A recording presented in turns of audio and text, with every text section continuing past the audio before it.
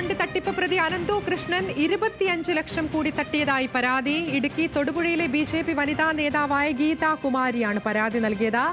ഇടുക്കിയിൽ നിന്ന് ആൽവിൻ തോമസിന്റെ വിശദാംശങ്ങളുമായി. ആൽവിൻ, നമുക്കറിയാവുന്നതുപോലെ ഇയാൾ പിടിയിലായതിനു പിന്നാലെ ഓരോ ദിവസവും നിരവധി പരാതികളാണ് വരുന്നത്. ഇപ്പോൾ ഏറ്റവും ഒടുവിൽ വന്നതാണ് ഈ പരാതി എന്നാണ് കരുതുന്നത്. എത്തരത്തിൽ എന്ത് വാഗ്ദാനം നൽകിയാണ് ഈ തട്ടിപ്പ് നടത്തിയത്? അതിര വലിയ തട്ടിപ്പ് എന്ന നിലയിൽ വേണം നമുക്ക് ഈ ഘട്ടത്തിൽ അനന്തുവിൻ്റെ തട്ടിപ്പുകൾ നമുക്ക് പുറംകഥകൾ ഓരോന്നായി പുറത്തേക്ക് വരികയാണ്. ഇന്നിപ്പോൾ തൊടുപുഴ സ്റ്റേഷനിൽ മാത്രം ഏതാണ്ട് 200ഓളം പരാതികൾ വന്നിട്ടുണ്ട് എന്നുള്ളതാണ് നമുക്ക് പോലീസിൽ നിന്ന് ലഭിക്കുന്ന വിവരം. ഇതോടൊപ്പം തന്നെ സമാനമായി ഉടുമ്പൻചോല, നെടുങ്കണ്ടം, മറയൂര്, കാന്തല്ലൂര് തുടങ്ങിയ വിവിധ മേഖലകളിലും ഓരോ ദിവസവും തെല്ലുംതോറും വലിയ തോതിൽ പരാതികൾ ഈ അനന്തു കൃഷ്ണനെതിരെ വരുന്നു. വലിയ കോടികളുടെ തട്ടിപ്പാണ് ഇയാൾ നടത്തിയിട്ടുള്ളത്.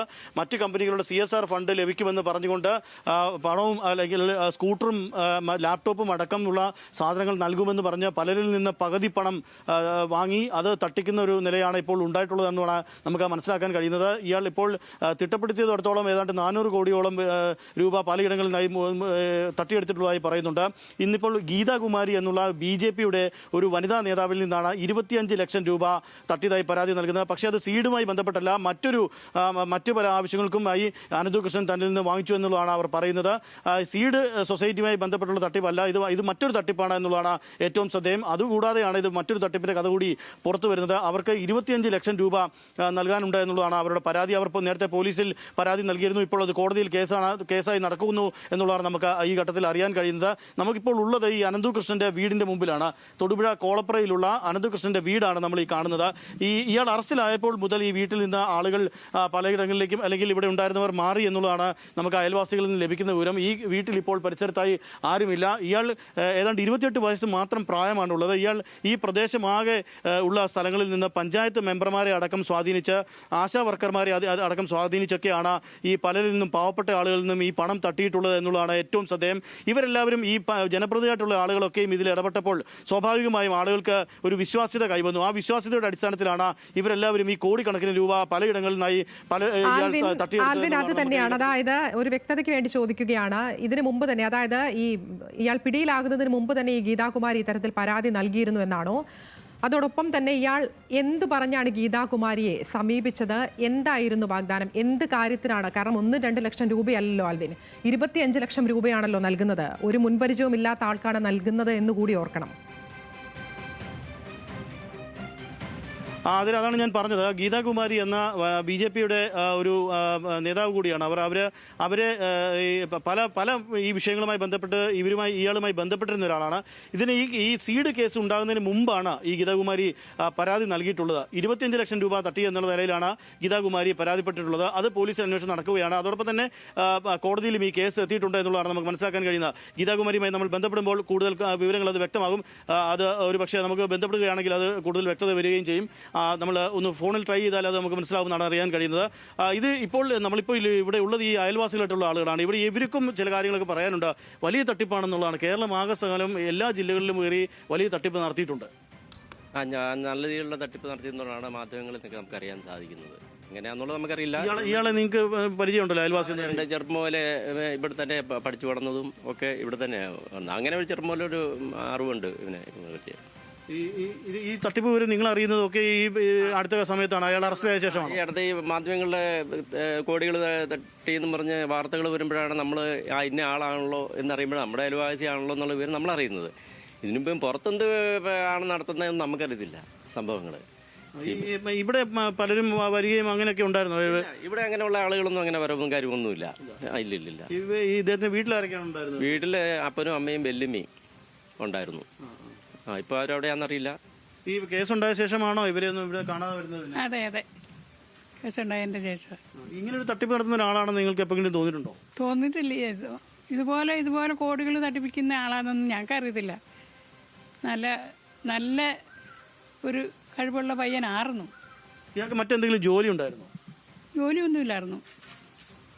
ജോലി ഉള്ളതായിട്ടൊന്നും അറിയത്തില്ല. അതാണ് ഇപ്പോൾ ഈ അയൽവാസികളായിട്ടുള്ള ആളുകൾ പറയുന്നത് എങ്ങനെയാണ്, ഇയാളെ സംബന്ധിച്ച് മറ്റ് കാര്യങ്ങൾ ഇവർക്ക് അറിയില്ല. കാര്യം ഈ പ്രദേശത്തൊന്നും അവർ ഇത്തരത്തിലുള്ള തട്ടിപ്പിലേക്ക് പോയിട്ടില്ല. പക്ഷേ തൊടുപുഴ കേന്ദ്രീകരിച്ച് ഇന്നിപ്പോൾ നമുക്കറിയാൻ കഴിയും, തൊടുപുഴ കേന്ദ്രീകരിച്ചാണ്ട് 200ഓളം പരാതികൾ പോലീസിൽ വന്നിട്ടുണ്ട്. അതിൽ കേസെടുക്കും എന്നുള്ളതാണ് പോലീസിൽ നമുക്ക് ലഭിക്കുന്ന വിവരം. ഇതുപോലെ തന്നെയാണ് മറ്റ് ഇടങ്ങളിലുമൊക്കെയും സമാനമായ രീതിയിലുള്ള തട്ടിപ്പ് ഈ അനന്തകൃഷ്ണൻ നടത്തിയിട്ടുണ്ട് എന്നുള്ളതാണ് നമുക്ക് അറിയാൻ കഴിയുന്നത്. ഏതായാലും വലിയ തട്ടിപ്പാണ് എന്നുള്ളതാണ് ഈ കണക്കുകൾ പുറത്തു വരുമ്പോൾ നമുക്ക് മനസ്സിലാക്കാൻ കഴിയുന്നത്.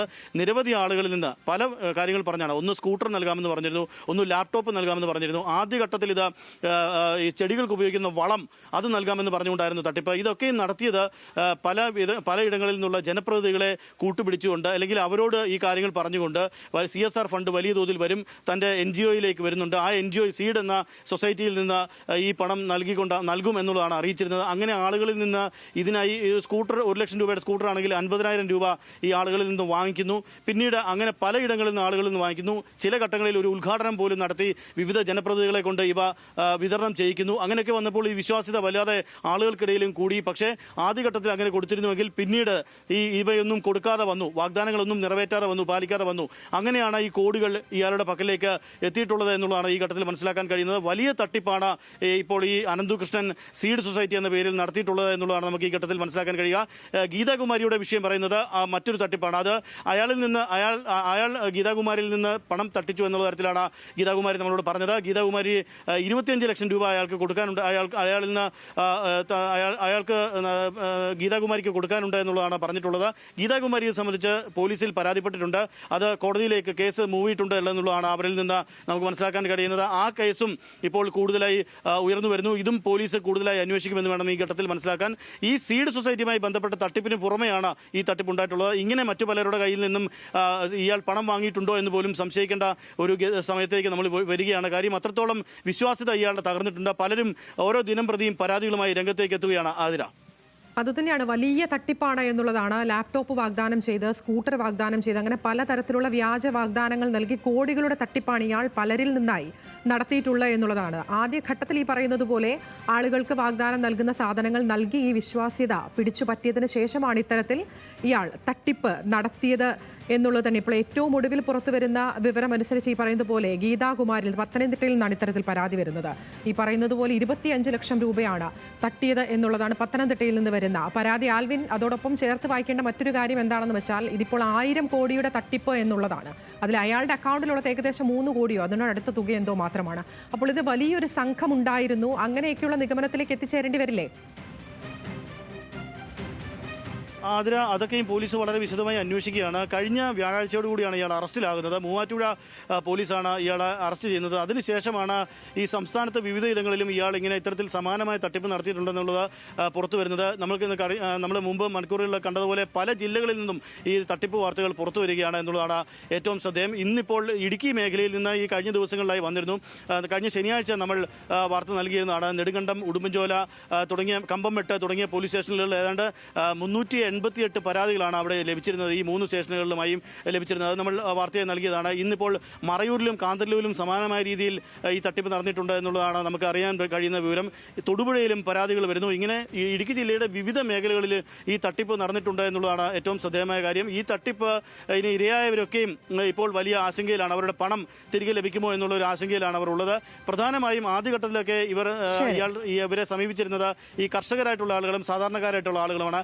അവർക്ക് ഈ വളം ഉൾപ്പെടെയുള്ള സംഗതികൾ നൽകാം, പകുതി വിലയ്ക്ക് നൽകാം എന്ന് പറഞ്ഞുകൊണ്ടാണ്. സ്വാഭാവികമായും അവർക്ക് കൃഷി ആവശ്യത്തിനായി അവരത് വാങ്ങിക്കുന്നു. പിന്നീട് ഇത് ജനപ്രതിനിധികളെ സ്വാധീനിച്ചുകൊണ്ട് വിവിധ പഞ്ചായത്തിലെയും ബ്ലോക്കിലെയും ഒക്കെ പ്രതിനിധികളെയൊക്കെ സ്വാധീനിച്ചുകൊണ്ട് മറ്റ് കാര്യങ്ങൾ വാഗ്ദാനം ചെയ്യുന്നു. സ്കൂട്ടർ വാഗ്ദാനം ചെയ്യുന്നു, ലാപ്ടോപ്പ് വാഗ്ദാനം ചെയ്യുന്നു. ഈ പകുതി വിലയ്ക്കാണ് ഇത് നൽകുന്നത്. സ്വാഭാവികമായ ആളുകൾ ഇതിലേക്ക് വരും, ആ പണം നൽകും. അങ്ങനെയുള്ള പണമാണ് ഏറ്റവും ഒടുവിൽ വന്നതനുസരിച്ച് ഗീതാകുമാരി, തൊടുപുഴയിൽ ഗീതാകുമാരി, BJP നേതാവായ ഗീതാകുമാരിയാണ് ഇത്തരത്തിൽ 25 ലക്ഷം രൂപ ഇയാൾ കൈപ്പറ്റിയിട്ടുണ്ട് എന്നുള്ള ഒരു വാർത്തയുമായി വിവരമായി പുറത്തു വരുന്നത്. അതുമായി ബന്ധപ്പെട്ട് പരാതി നൽകിയിട്ടുണ്ട്. ആ കേസ് കോടതിയിലേക്ക് എത്തി എന്നുള്ളതാണ് മനസ്സിലാകുന്നത്. വിശദാംശങ്ങൾ നൽകുകയായിരുന്നു ആൽവിൻ തോമസ്.